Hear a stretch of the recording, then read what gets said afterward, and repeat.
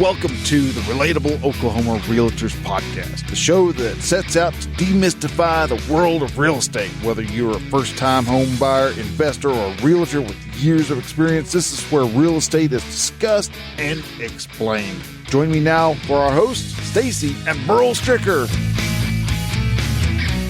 Hi, this is Stacey. And this is Burl Stricker.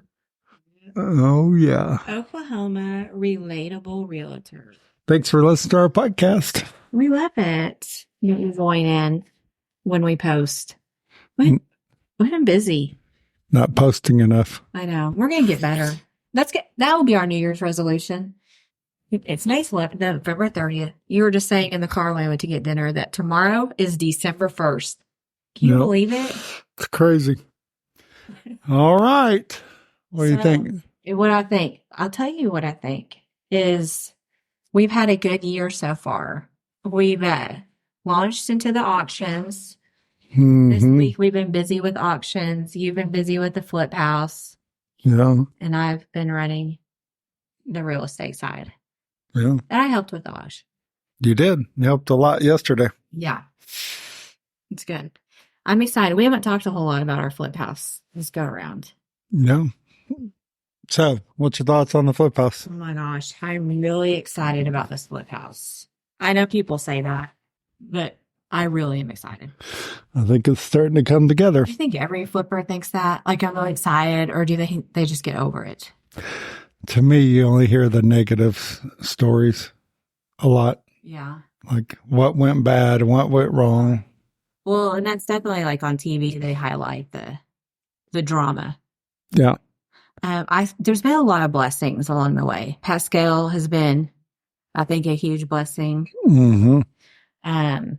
This was pretty amazing. So we, for our Altus location, we bought that building. I was just trying to think on this yesterday. I think we closed on that in January, so almost a year ago. And they were in the middle of remodeling it when we bought it. Not much had to be finished out. Well, there was a ton of supplies in there. And we just pushed them to the corner. And we said, well, we'll come get those. Well, we finally got those yesterday. And oh my gosh, it's almost enough to trim out our whole flip house. Mm-hmm. That's pretty exciting. That is exciting. There's another huge blessing right there. Because anyone that does flips, I'm sure you know you go over budget. Yeah. Even when you prepare to go over budget. Right? Yeah. It hurts when you go over budget. It does hurt. Especially this time of year. It hurts because if you run out of money that you borrowed, then guess what? You're going to personal funds. So, yeah. So that was a great find. Yeah, great. I agree. I love that when I come up with an idea, I can show it to you, and you're like, okay. Oh. And so the accent wall that you and Pascal did. I think it's great if people, watch. Why don't you say your TikTok so that way people can go look at that? Yeah. So the Stacey Real Estate. Yeah, it's great because it shows some at the very beginning pictures. It shows, work in progress pictures. Stacey sells OK Real Estate. And what I mean by OK is short for Oklahoma. Yeah, it doesn't sell. You don't sell OK Real Estate. I sell. So great real estate. You like that? Yeah, but I think that gives them a good, a visual of, the progress that's been made because you made several videos during it. I think the big difference between this flip house and the previous flip house is that the previous flip house really started from this very, I want to say low point, but I don't know if that's the right word. It's like this point of like, you got a huge mountain to climb. It felt like it was never ending almost from the beginning. It's like lots of gutting, lots of redoing. I mean, almost re-sheetrock the whole place. That's an example. Like really went down to like the studs, bare bones of that one. And this one hasn't been like that. I mean, the biggest change was the adding of a half bathroom and then adding a bathroom opening up the main bathroom. And I think those are definitely big, but really those are done pretty quick. We did change the entire footprint of the kitchen and open it up. Yeah. You need to give yourself some credit on that. No, what I'm getting at is that, yeah, you have the kitchen opening up, you have the bathroom situation, but really everything else was there. It's just. Do you think too, okay, so like the first one, yes, you have a lot to do. I mean, you had to redo every aspect. And that took us, 6 months? Yeah. And that was your first flip. So now here we are coming in on our second flip, which, I mean, you've redone stuff before. So I shouldn't say really second flip, but you know what I mean? Like, yeah. First flip together. Right. Yeah. That's a good way to put it. So, do you feel like that maybe is a little bit different too?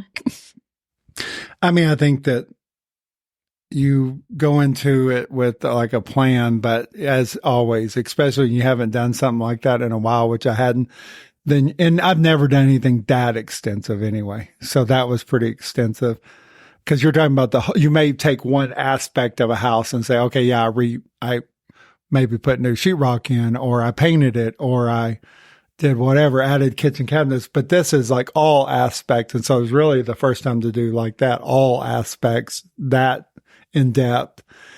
And then you know, of course, you know this, and we even say it, but you overestimate on time, you underestimate. Yeah. You think that, okay, this can be done in a few months, but it takes 6, you know. That's reality. We're doing other jobs as well. Yes. Like this auction. Yeah. That took up most of this week. I think that's an area that people don't fully understand, or whatever, who's watching from the outside, is that, you know, we're continuing our quote day jobs, or we're continuing doing things. I mean, you're actively involved in so many things, and then so am I. And so it's probably one of my also frustrations on the flip side, is that, you know, you have an idea about what you're going to do today, and then something else comes up, and then you end up not doing anything on the flip house that you wanted to do. I will say this was, I feel like I can laugh about it now. Like I'll have something in my head, like a vision. So in the primary bedroom, we added a half bath. And then so because of that, we had to move the closet and reconstruct that. And I say we, meaning you. So we kind of did like a quick run through of how that closet was going to go. Well, then I come back, I don't know, a couple of days later to check in, do some videos or whatever. And I'm like, oh, that door's not going to work. You had just framed it. You sheetrocked it too. I don't think you had mudded it, but you had sheetrocked it. Yes. And I'm thinking from like the selling side, like when I try to sell this house, is that going to keep people, you know, they're going to be like hung up on it. Like, that door's weird. How can I get to the back of that closet? Blah, blah, blah. And you're like, I'm not changing that. I'm not changing that. And that you're never like that. Okay. And I just stopped talking about it and we moved on. And then the next day you're in there tearing it up and you're fixing it. So I think that was a good lesson for us. Like, I need to communicate better. There was a lot going on that day we talked about. Like, we had a heat and air guy in there. Yeah. Like, I didn't communicate that clearly. Yeah. But everything else has gone smooth. I think so. I think that it's a good reminder that, first of all, I think you're right. I mean, 90-something% of the time about like, let's do this. I've learned that you're right. So even in that situation, you're right.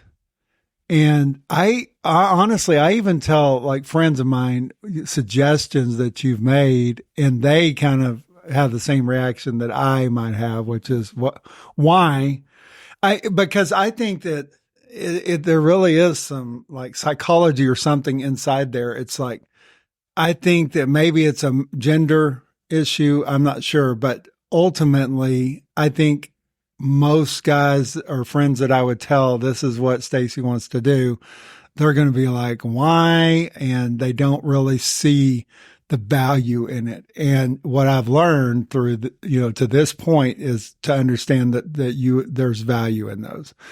And so automatically. So I've gotten past that a while ago, that I know what you're saying is valuable and it's right. It doesn't make it any easier. Part of our goal obviously is to catch it before we actually do it and then say, okay, this is the way we're going to do it. But cause I think also people wouldn't think where the door is, how big the door doesn't necessarily seem like a high priority, but it is in some cases. And so it's like talking about those things before we actually do it. So we're not double doing it. That's where my frustration comes in because I hate double doing it right. But, I think that, I've learned to see the value in what you're suggesting or what you want to do. And maybe at the very, very beginning of the first house, I didn't necessarily see it. And we never really had any big arguments, but it was more like disagreements or some frustrations. And I think that this house I think this has been the only issue that there's been some frustration. And I think it's just learning what we need to do. And I think too, and I might take it a little too far, but I look at it like, okay, so if you have, buyers that are looking at, say, 3 houses, they have it narrowed down to 3 houses, and they're all within that same price range, and they're all 3-bedroom, 1.5 bath. So they're all comparable homes.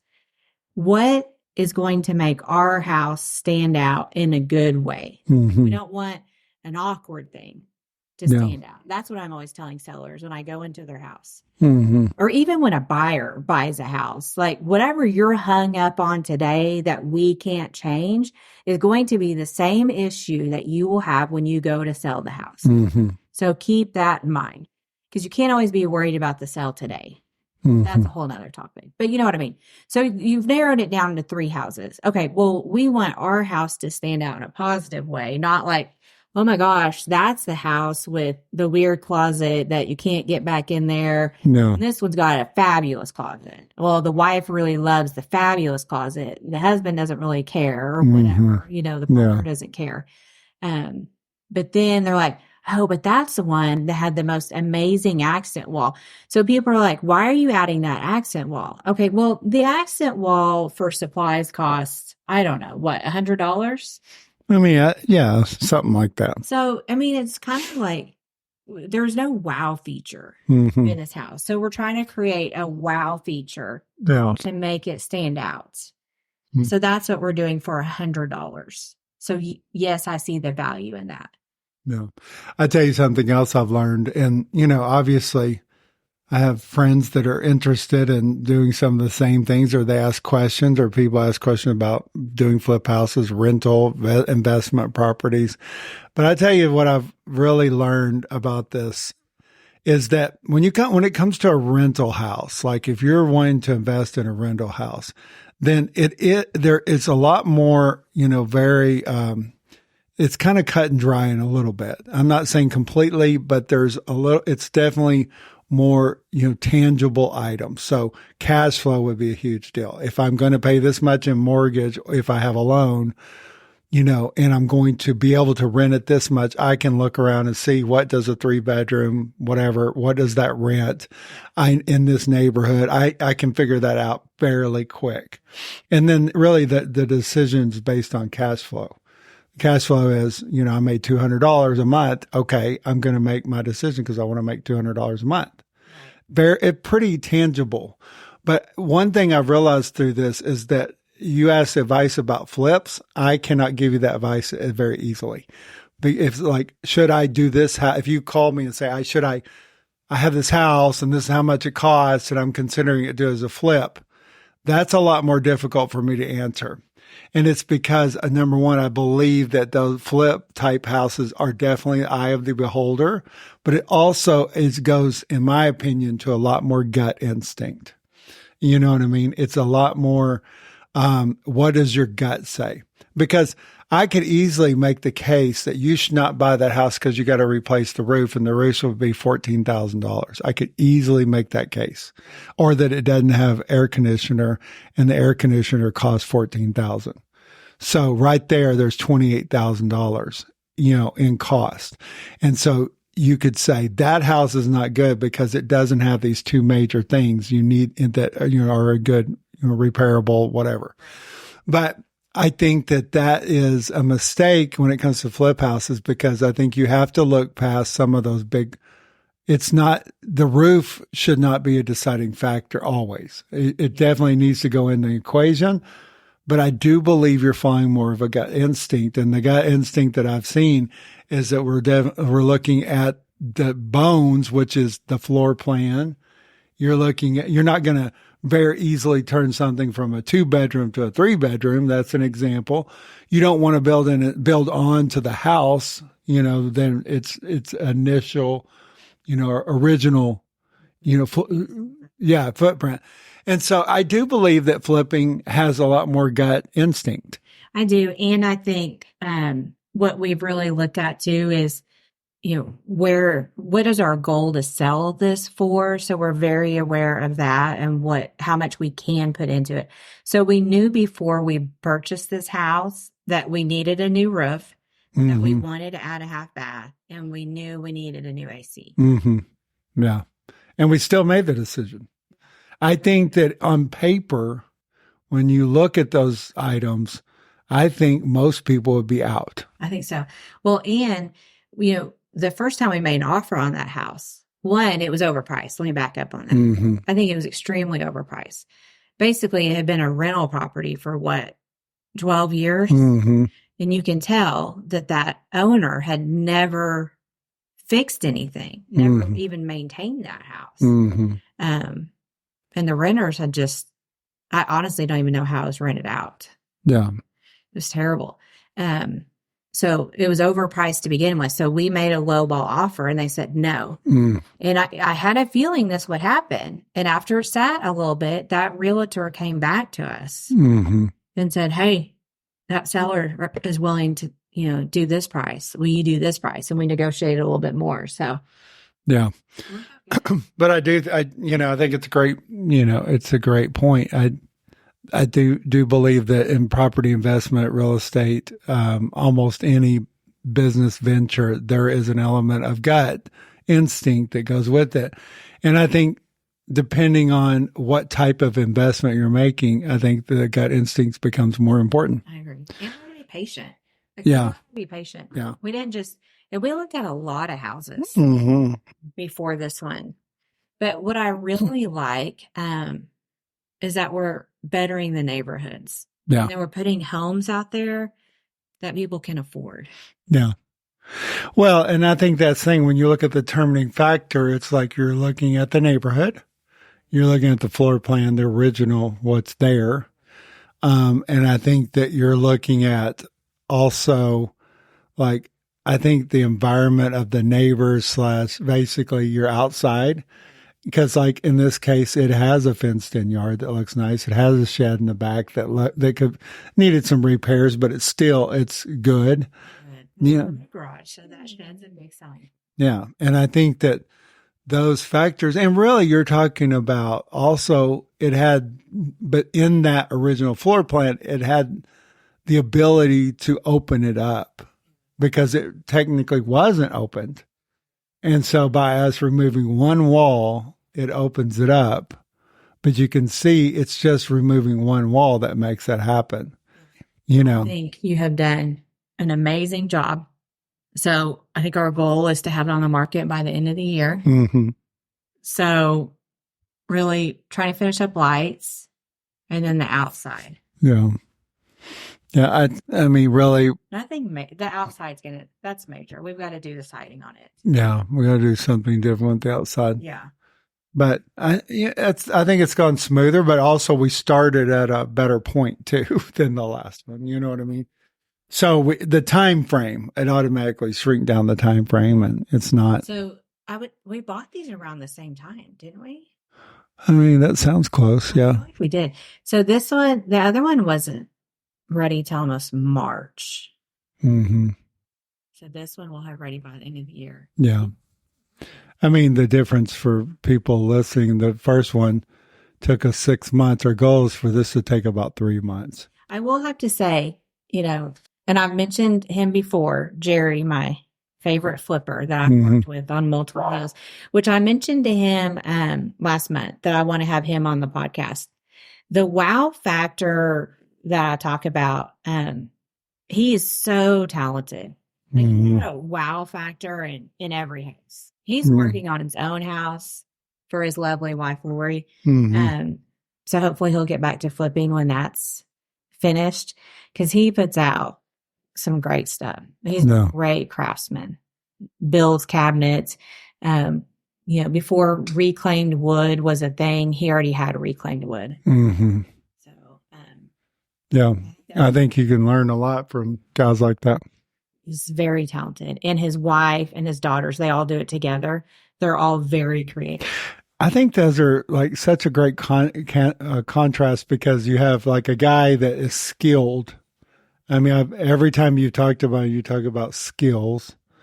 And so then you have like, but also you have the flip side. I don't have those skills, but we are still able to do these houses, because it really becomes a little bit about like tenacity and just planning and, figuring it out.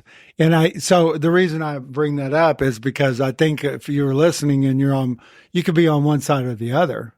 It could be easily think, oh, I don't have the skills of like a cabinet maker or a carpenter, and so I can't do that. But I think a friend of mine once told me that they built their own house and they contracted their own house. You know what I mean? Which sounds crazy to me.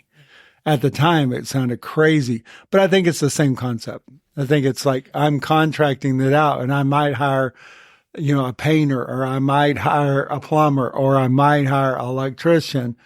But ultimately, what you find yourself, in my case, is doing a bunch of the grunt work. Right. And you maybe pick one or two items that you want somebody skilled to do. So Jerry and I talked about that a lot, as we've gone through these flips, because I'm, of course, always like, Jerry, when's that house going to be ready? Jerry, when's it going to be ready? Like, let's get on the market, because, I'm wanting to sell it. Inventory's low. Let's get it out there. Yeah. So then it's like, as houses, we get into 3 and number 4 or whatever, Jerry's, talked about, okay, is it better to hire someone to speed it up or for him to do all the work? Because his wife's a teacher. She has a full-time job. He has a full-time job. So he can't, work on the house full-time. So that's one thing, is he also found a great guy to help him to do a lot of work. So he has started, because his first flip house, he did all the work. Right. Well, that's not where he finished up on the last house. Yeah. The last house we sold, that was his biggest success. Yeah. Well, I think there's multiple reasons why you get a contractor to do certain things. So number one, it could be speed. You mentioned the speed. It could be that you're really not very good at that. It could be that you just hate it. You don't want to do it, and I think that those are all legitimate reasons. Well, and you want to look at like your carrying costs. Like, is it, cheaper to hire someone and you not pay the interest and insurance and utilities, to carry it 3 months longer, or miss that window of the market or whatever your area is like. So you really, if you decide to get into flipping, you want to have a good realtor that you work with. You know one? I know a good one. In Oklahoma. Yeah. But, we work together. And I think that's what helps us is, been doing this a long time. You've owned investment properties over the years. Yeah. You remind me, and excuse me, I know we talked about it before, but I think it goes back to, if you find somebody that is good at flipping houses, they are absolutely, they understand the concept of hiring professionals.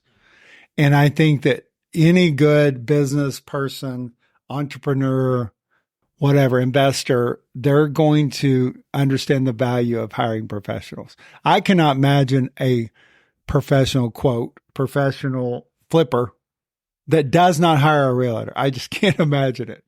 I'm sure it happens, unless they're a realtor themselves. Okay, that would be the exception. They obviously weren't going to hire one if they're themselves. But I'm saying if that's what they do is flip houses or they invest in properties, I'm actually kind of amazed by how many calls you get from investors asking about certain houses. And you would think, I think that maybe some people would believe that those investors don't ever hire a realtor. It's just not true. It's like they are the great example that they know what their skills are, and they stick to their skills, and they allow other professionals to help them, with their. Well, I mean, because they want someone to help maximize their investment. So go to someone that's a professional in doing that to maximize that investment. Yeah. That's why I don't do my own. I mean, it's great. It's a great way to say it, and the subject that is most often missed, in my opinion, is the time value of money. That's a crazy concept, and it seems complicated, but it's like basically a dollar today is worth more than $1 tomorrow. And when you start realizing that time is money too, that investment, and yes, you have to look at everything, but I think that's where you get the professional involved to help you realize, like when you're saying the inventory's down, then it may be in your best interest to sell it quicker and hire some help than wait because of the time value of money and the economy too. Just look at the whole thing. I want to get your changing subjects real quick because this subject keeps coming up, and I've had friends talk to me about it and tell me their thoughts, and we've had guests on this podcast that talk about. Do you anticipate interest rates going up, or what do you anticipate if you had to say? The talk of interest rates, right? And I brought it up again. Interest rates. Here's what I'm going to tell a buyer. Yeah. If you find a house that you want to buy, you need to buy the house. Don't wait on the interest rates. You're going to sit around and you're going to wait. You think they're going to go down? No, I don't think they're going to go down. Mm-hmm. But so you think you're going to wait for something. Well, do you think the house or the price or the housing prices are going to go down drastically? Mm-hmm. No. Inventory is low. Mm-hmm. Low. It's not going down. Why? Stop waiting around. Mm-hmm. I mean, you've got to buy now. I mean, it's just think about it like this. Like, okay, so you buy a car. Does anybody really stop to think about what their interest rate is on a car? Mm-hmm. I don't know if anyone's ever not purchased a car because of their interest rate. But what they don't realize is you drive that car off the lot and it immediately loses value. Yeah. I haven't looked up this number, but this would be very interesting to me. I don't know what the average span of you own a car. I know what my average span is. It's usually like 3 to 4 years. Well, when you invest in a house, you get money back on it. Mm-hmm. You may be paying a higher interest rate today of 7.5% or 8%, but you're investing in your property. You are never getting money back when you rent. Mm-hmm. Ever. You're investing in your landlord. Mm-hmm. Does that make sense? Yeah. Am I explaining that well? I think so. I could die on this hill. I mean, you and I just to be, clear and open, you and I always don't agree on the whole rental versus buying, but I mean, I get the point. And the point is that if you want to buy it, you find something you really like, then don't let something as simple as interest rates be a deterrent. Because do you think, I mean, in all honesty, these low interest rates, that was crazy. That was not the norm. It was not. So now you were all adjusting because of it. Yeah. But you look at someone like Kinsey and Connor, they're newlyweds. They just got married. Kinsey and Connor, those are our children, and that's Kinsey's our daughter and son-in-law. They haven't even been married almost 6 months. Yeah. And then they plan to go into missions. So would I recommend they buy? Absolutely not. No. So I know buying's not for everybody. Yeah. Well, I've already been on record saying this. So I'll be on record again saying it, that I don't see interest rates decreasing significantly in the next couple of years. I want to use that word significant. I agree that it could go down half a point or whatever, but I think you're going to see really the mean is going to, the medium average or whatever is going to be basically right about where it's at. You will see slight dips and slight increases, but I think that's where you're at. I think that's even the game of politics. It's like, oh, it's election year, so we're going to drop it half a point or whatever it is. You know what I mean? I think that those things aren't significant enough to make purchasing decisions for the future as well. You know, you're saying, I hope they go down next year, so I'm going to make the purchasing decision. Well, if you're basing a purchasing decision on interest rate, it's probably not a very good. You know where you look at interest rate when you're making a purchase decision? When it's an investment. Exactly. Investment, because you look at both sides. Investment is like, okay, how much is it going? This is the cost of doing business. If I'm going to borrow this money to buy this, then I need to figure that out as my cost of doing business. I mean, all that's figured into your, you know. About this. So, okay, a year ago, interest rates were, I don't know, say 6.5.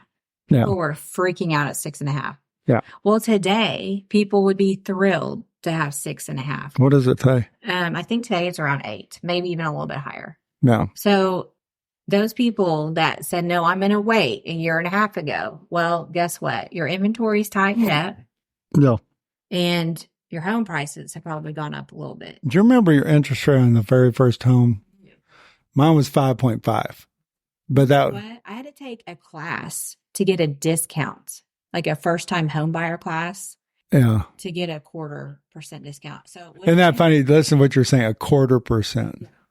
And so here's the other thing too. Like if we do see a dip in interest rates next year, like it goes down 0.5%, don't go rushing out to refinance because all the fees you pay is not worth it. The rule of thumb on refinancing is 2 things: that you're going to save a point and that you're going to be in the house another 4 years. Yeah. I think it's a great point because you look at, here's the greatest, easiest, most consistent way to look at that. So go look at the deals they have, or like if you see a vehicle like GM or Ford offers buyer incentives. And in that buyer incentive, it says, okay, we have 0% interest for 6 months. I mean, for 6 years, 60 months. Well, also look at or, and then there's this word or we'll give you $2,000 and your interest rate is 3.9, whatever. In other words, your cost of your vehicle is going to go down by $2,000 or $3,000. And here's your interest rate if you choose that option. The point is that the difference is only that about $2,000. That's the difference. And even though we think it's this huge difference, but what we've been taught is the compounding interest. Yes, I understand the compounding interest, but it's just, you see the difference in those 2 scenarios. Like at 3.9% interest on a vehicle, it's only going to save you about $2,000 compared to those 2. Yeah, I mean, but those are, both decisions are worth looking at, right. You know? Like how long are you going to keep the car? Mm-hmm. So if you really think you're going to keep the car for 6 years, then you want to go 0%, right? Wouldn't you say? I mean, I would say if the longer the note, that would make sense to me. Yeah. But if you know you're only going to keep it a year, well, then maybe you're going to take the $2,000. Yeah. I agree with that. I think that, anyway, so I'm going to go on record saying that I don't think it going to go down or, you know, I don't think it'll go extremely higher up to either, but. No, I think we'll see it stable. I do not think we will see the 3s and 4s. I don't think we'll see them again. Yeah. Those are gone. For a while. I think eventually they'll come back. I mean, that's the cyclical. It's the cycle. Never saw 3s and 4s. Yeah, no, I think that's, yeah. Parents are 77 and 78. Yeah. So no, I think they're gone. I think that's a once out. I'm gonna die on this hill too. I think it's a once in a lifetime deal. Those 3 and 4s. Yeah. So this is going to be the hard thing. Is a lot of homes I sold to, back in the 3 and 4s, those were your first time home buyers. I'd say the bulk of the people I sold to were those first time home buyers.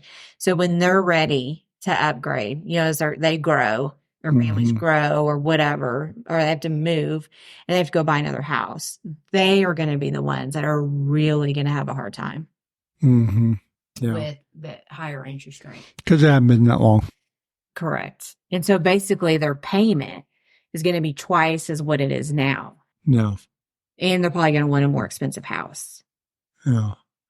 I think that, and back to your start of the conversation, which is that we're getting into the auctions. And I think you brought it up at the beginning and saying that we've been doing these auctions. And I think that is, I'm nowhere near the expert, obviously, in real estate, but I think that that's what, in my opinion, that you have to do is that's the diversification a little bit. You have to look at other choices in a market where the inventory is so low, You do need to diversify your business. And you'll hear this a lot with coaches. Like they'll say, how many doors do you want to own? Like, meaning, do you want to be an investor? Do you want to have rental property? And so they will encourage you to build your portfolio where you're not 100% dependent on buying and selling. Because right now the inventory is extremely low. But I also feel like that's where it's so important that you work for a brokerage that's working for you. It's not all about your commission split. Yeah. You can go work somewhere and get your 90-10 split and you're at 100%, once you've paid in a certain amount. But what are you getting from that brokerage? Are you just getting a place to hang your license? Right. Are they doing anything to teach you, to help you build your business and put back into it? Because that's, this is where those realtors and those brokerages are going to stand out in that market. And I believe that's where our office and all United Country offices are going to stand out. I've already told you that I just had that, that whole epiphany during church is, we're sowing our seeds back into our team. Yeah. Yep. I like it. Well, that's, by the way, United Country, do you hear that? Are you listening? We are sowing into our team to help them keep their business growing. Right. Because a lot of people got into it right before COVID. And it boomed. Yeah. So business was falling into people's laps. Well, that's not the case now. Yeah. I would think it would be a pretty tough time to get into real estate if you're not in it. But I think that if you're going to get in it, then you need to think outside the box, really think differently and think creatively. And I think, that's where it's at. You got to work. I started in this right after the recession. I started in 2007. Talk about not a good time to get into the business. Right. People were fleeing it. Yeah. But hey, it worked for me. Well, I'm going to put in one more deal in there is that, in my opinion, back to we're talking about hiring professionals when you need them, is that I absolutely believe you're going to hire a professional, you find one that's entrepreneurial in spirit. I really believe that. So if I'm a property investor and I want to look at maybe rent houses or flip houses or whatever I want to look at, well, I want to have my real estate broker to be an entrepreneurial spirit and do their own property investment, their own flipping, their own rentals, because now we're all talking about the same language.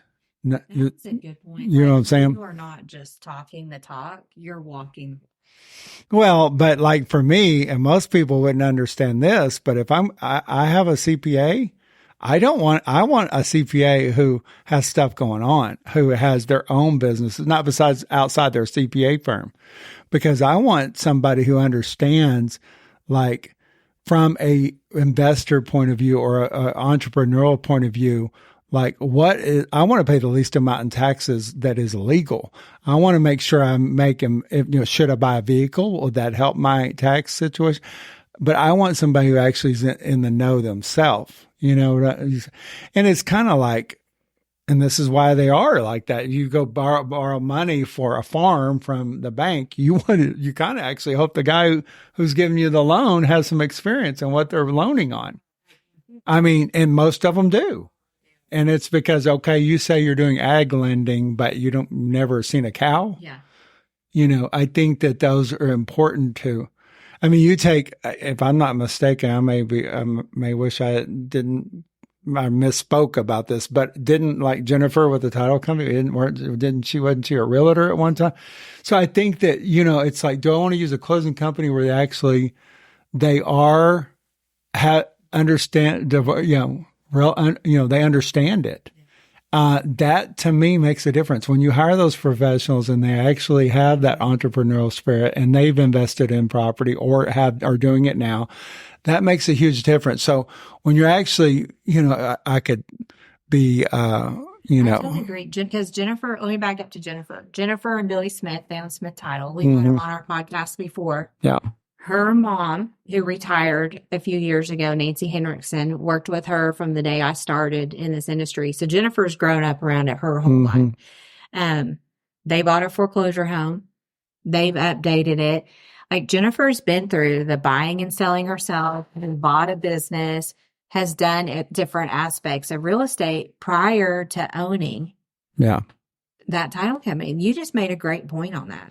By the way, Jennifer, I'll tell you what I want for Christmas later. I'm just kidding. But well, you'll see. Right. No, but I think that is important. And so really what I was getting at is that, yes, of course, I'm a realtor under United Country. So I do want to give, a shout out to them because of that experience and the deal. I like it, the fact that more rural, that's what they deal with primarily in rural communities, rural area.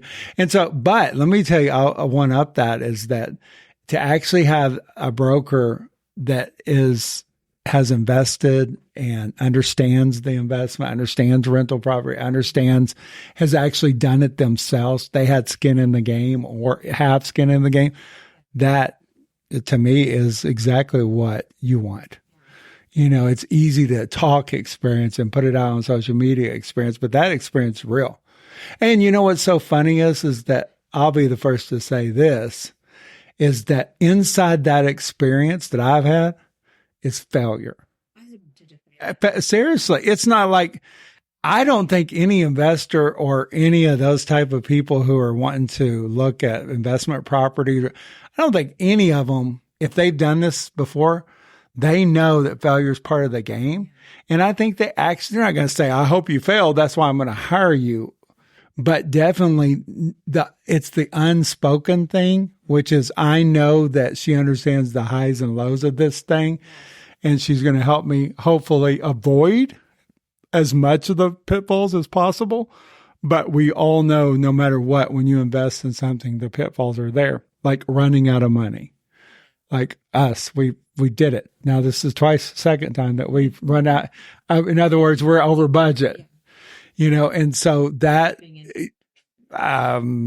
okay. I think that as somebody that possibly, investing in property, I want my real estate agent and broker to be somebody who understands that. Well, I'm about to say, let's save like mud on her face to another podcast. Cause that just gave me like, man, we could go to a whole nother level on that one. Yeah. Because you got to just own it. Yeah. You got to own it. Well, I don't think enough people are honest about and open and vulnerable about the fact that, I think it's so easy for somebody to look at, I read a real estate agent and say, oh my gosh, they must make tons of money. That's the end of story. No, there's more to that. But I think also when you're talking about investments and I love the entrepreneurial spirit, but I think within the that spirit is the ability to fail and recover from it. The ability to, and I think we all expect it and understand it, but it's not often talked about. It's not, because I think nobody's proud of their mistakes and failures. Mm-hmm. I can remember Wayne Wilson, who was Peyton and I's previous broker, who we bought the office from. And he called me in his office. I'm like, what's up, Wayne? thank goodness it didn't happen very often, but have a seat. Okay. Like, hey, so on this deal, can you tell me what happened here? Blah, blah, blah, blah, blah. I'm like, oh, well, I did this, whatever the scenario was. He's like, well, so it shouldn't have been handled that way. It should have been handled this way, or this is what you needed to do, or whatever it was. I can't think of a specific situation. I was like, oh, wow. And I had no idea. No. Of course we don't. That's why it's a mistake. We don't do it on purpose. Mm-hmm. I said, well, I'm sorry. I won't make that mistake again. But I'd always walk out and I'd say, I'll continue to make mistakes. It just won't be that same one. Right. Because we do learn from our mistakes. Absolutely. Well, it's part of the game. Yeah. No matter what game you're playing, it's part of it. Mistakes and, failures and whatever. Well, thank you. It was nice. Thank you. And finally, we need to do this more often. Oh, we're just good for this week. Yeah. So we appreciate you guys listening. If you would like, follow and share, it just helps us grow. Mm-hmm. And I think you did a great video on our last auction that is going up right now. And I think that it's that little missing gem sometimes that I think people, if you're like looking for stuff for your kids that are moving out, you're looking for just household items. When I think auctions, a lot of times I think equipment, I think collectibles, all those are true. They're there. But also, what about just a normal everyday thing that you would pay $100 for and you can get it for $20? I think that those are often missed. And there's tons of people out there who are going on those, those auction sites. HiBid is where we're at, HIBID.com. And you can just look it up at, yeah. But let's do another podcast on that one too. Yeah. But I think you can look on that and you can you'd be surprised what you can find. And there's lots of people who are buying it there and reselling it. And they're just trying to save money. And there's a ton. Just think if you took your entire house, that's what we got going on right now. If we took your entire house and we literally had it online for auction, just think about what you would buy if you had nothing in your house and it's all there. It's really just replaced. So I don't know. Thank you guys for tuning in and hope you guys have a great week. End. Yeah. Bye.